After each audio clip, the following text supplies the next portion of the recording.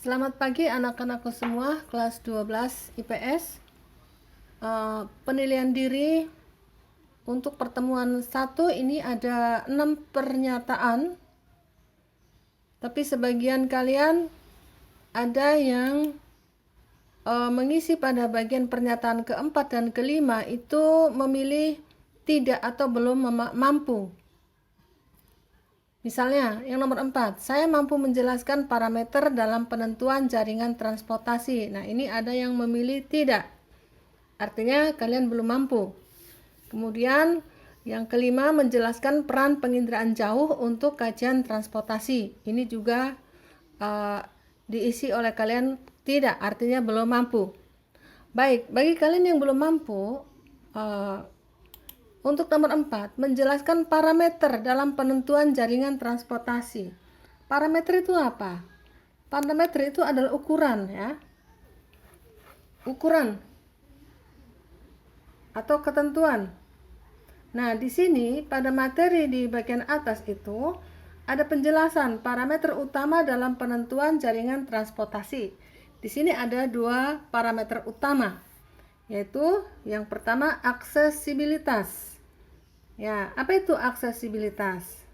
Di sini sudah ada definisinya, adalah suatu ukuran kenyamanan atau kemudahan mengenai cara lokasi tata guna lahan berinteraksi satu sama lain, mudah atau susahnya lokasi tersebut dicapai melalui sistem jaringan transportasi. Ya, misalnya kalian mau ke sekolah. Ya, ada jalan yang terdekat tapi jalannya rusak.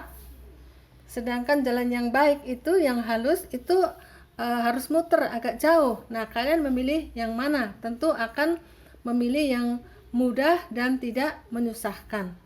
Nah, kemudian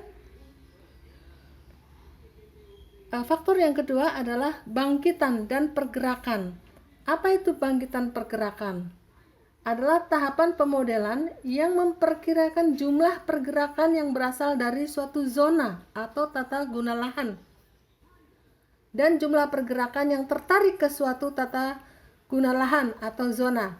Ya, misalnya, kenapa ketika pagi hari pada waktu jam-jam menuju ke sekolah, jalan yang menuju ke kita punya sekolah itu mengalami kemacetan. Nah, itu karena ada tarikan dari zona yang berada di luar. Nah, begitu seterusnya. Maka kalian baca kembali, ya. Baca kembali, pahami supaya kalian paham. Nah, nanti jika kalian mendapat tugas untuk menentukan jaringan transportasi di suatu wilayah, kalian sudah bisa.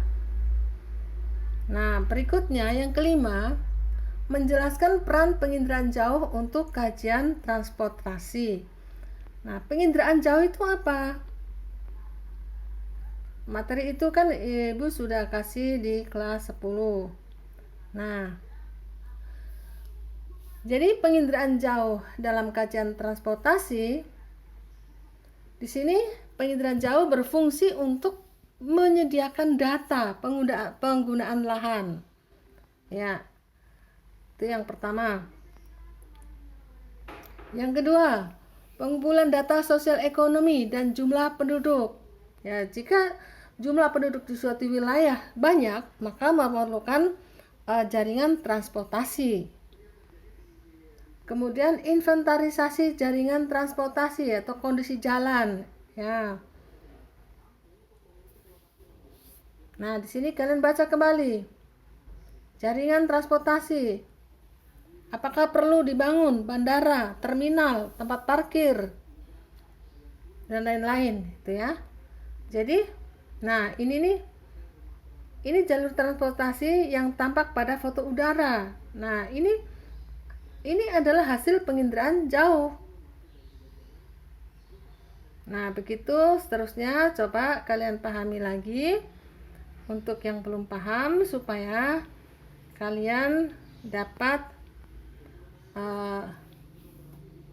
menjelaskan parameter dalam penentuan jaringan transportasi dan juga menjelaskan peran penginderaan jauh untuk kajian transportasi. Baik anak-anak, selamat belajar. Yang sudah paham silakan lanjut untuk materi yang pertemuan yang kedua. Selamat belajar.